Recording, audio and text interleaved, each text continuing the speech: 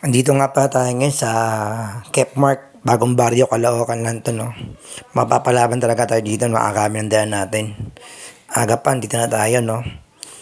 Umpisa na agad natin yung laban dito. Ito na, nalatag na lahat ng mga daan namin. Pwede pa nalatag yung sa truck namin. Iba pang bilang yan, kaya marami-rami din to. Ito na, natambakan na sila, oh. Ng head and shoulder, kaya tumutulong na si Boss Arnold doon sa si Boss Ariel Manlangit. Si tambak na yun. Nasa na magbuhat oh. Ito na si Mario Mesipotado. Grabe, lakas din. Ito si Kuya JM oh, di nagpapatalo. Grabe yan, backloadan talaga. Si Kuya Johnny Sarsa, ang lakas.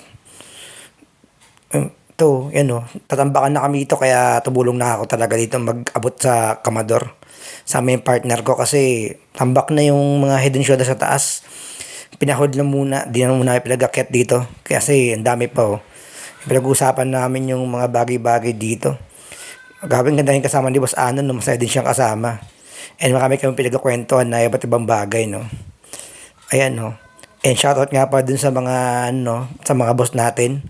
Pati dun sa mga kapwa ko helper, sa mga checker natin, pati dun sa mga guard sa warehouse, no? Shoutout nga pala sa inyo. Salamat sa panood ng video ko, no? And sa pagsuporta. Eto na. Eto na si Arnold, di nagpatalo. Pinakita niya totoong siya talaga. Grabe na siya.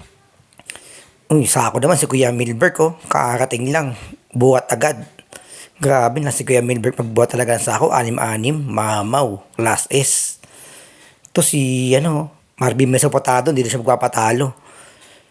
Wag daw siya underestimate kahit daw gaya na siya PSG. Wala din siya magbuhat. Talagang pinakita niya yung mga buhat na dito. Grabe, lakas magbuhat ni Marvin Mesopotado dito. Tapos sino to? Uy, si Kuya Johnny. Di lang patalo, anim din, oh. Ay, grabe. Si Boss Ariel Manlangit, nagbubuhat ng 4 na sakong Ariel. Lakas si Boss Ariel, oh. Nandito na yung mga second trip, to. Sina Crespo, sa si Jeff Plus, Emba, nasa dala nila. Embabay, salamat sa inyo.